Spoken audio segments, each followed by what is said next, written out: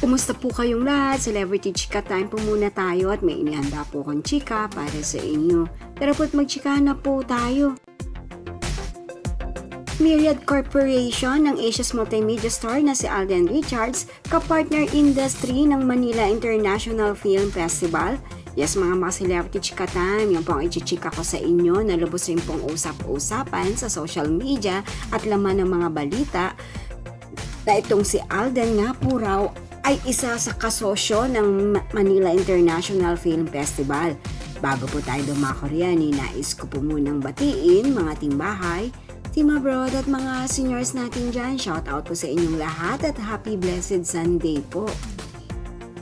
Yes mga celebrity chika time, si Alden Richards nga po ang CEO o Chief Executive Officer ng Myriad Entertainment Corporation. Alam naman po natin na isa po ito ngayon sa pinakabagong negosyo ngayon ni Alden.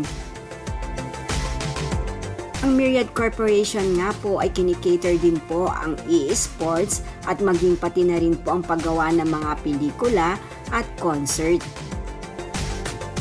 At laman nga po ng balita na ang Myriad Entertainment Corporation ni Alden Richards ay isa nga po sa industry partner ng Manila International Film Festival.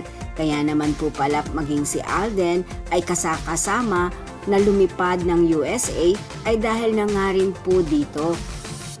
At ayan nga po, napag-alaman po natin ito mula sa Daily Tribune na kung saan nga po ay nasa Hollywood ang Manila International Film Festival at naroon nga po at present ang Asia's multimedia star na si Alden.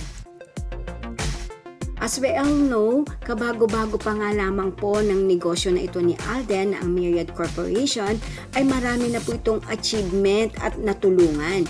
Isa na rin po ang Myriad Corporation Foundation na kung saan ay marami po silang napag-aaral ng mga kabataan. Kaya naman po masasabi po natin na lahat na lamang po ng endeavors na pasukin ng Asia's multimedia star na si Alden Richards ay nagiging successful at patok na patok.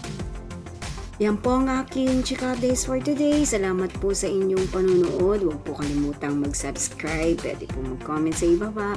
Basta wag lamang po hearts o nakakasakit sa isa't isa. Salamat po muli.